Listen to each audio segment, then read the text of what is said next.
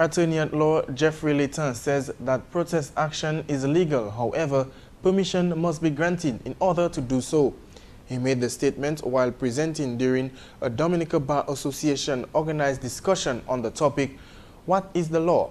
Where do we draw the line? Protest action," held on Monday, July 20th at the University of the West Indies Open Campus. Later said the process for public demonstrations and/or protest action is outlined in the Public Order Act.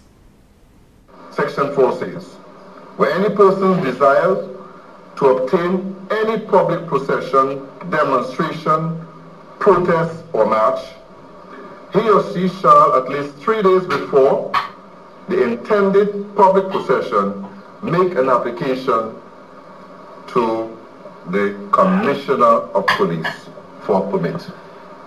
The Act says you must do so 3 days before the intended procession. According to Leighton, the Act also states that the Chief of Police have the authority to refuse any request for a march, protest, and/or public demonstration and refer it to the Minister of National Security. Leighton said the Public Order Act makes provision for the protests, demonstrations, and marches. However, if permission is not granted, it is deemed illegal. The Attorney-at-Law stated, under the Riot Act of Dominica, protesters who fail to adhere to the proclamation at the site of the protest risk imprisonment for up to 5 years.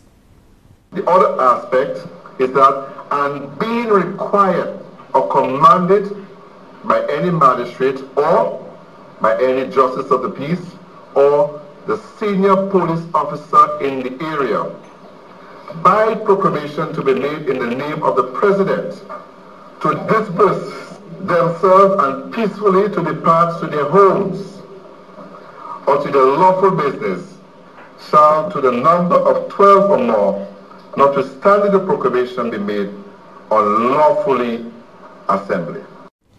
The attorney highlighted that after the proclamation is made, anyone who remain at the site for 1 hour or more, then all persons assembled together to the number of 12 or more is liable to imprisonment for 5 years.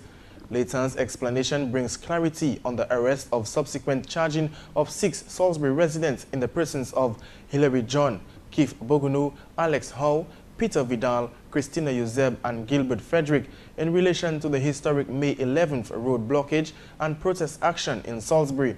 The protest action was a cry for the government to repair the deplorable roads in their community and access to their farms, which they have been plaguing them for over a decade. They were charged for riotously and tumultuously assembling to the disturbance of the public contrary to provisions of the Section 4 of Chapter 10.2 of the revised laws of Dominica 1990.